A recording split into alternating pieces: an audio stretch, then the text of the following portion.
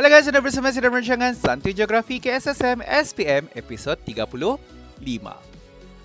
Okey, walaupun kita masih berada dalam tajuk yang sama bab 13 migrasi, tetapi fokus utama kita dalam episod kali ini adalah diharap murid akan dapat menjelaskan faktor tarikan dan faktor tolakan migrasi antara bangsa. Okey, seperti mana yang kamu tahu, migrasi antara bangsa adalah perpindahan penduduk yang melibatkan sempadan negara. Contohnya daripada negara Malaysia ke negara lain ataupun daripada negara lain datang ke Malaysia.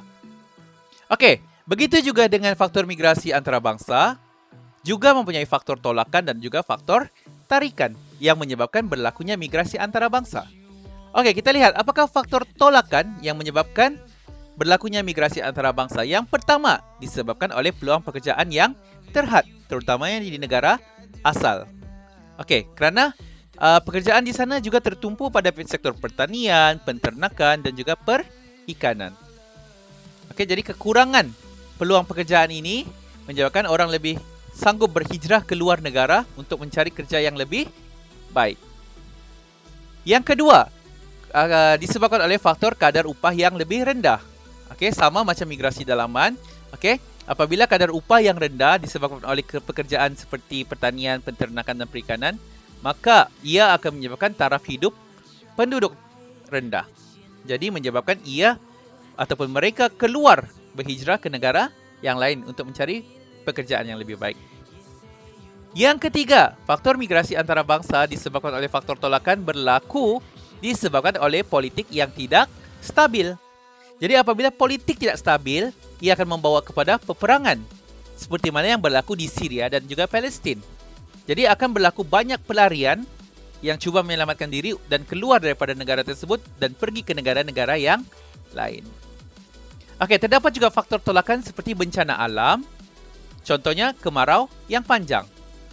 Jadi apabila kemarau yang panjang, ia tidak dapat aktiviti kegiatan ekonomi juga terjejas. Jadi orang lebih memilih untuk keluar daripada negara tersebut. Okey, kita lihat apakah faktor tarikan pula yang mempengaruhi migrasi antara bangsa.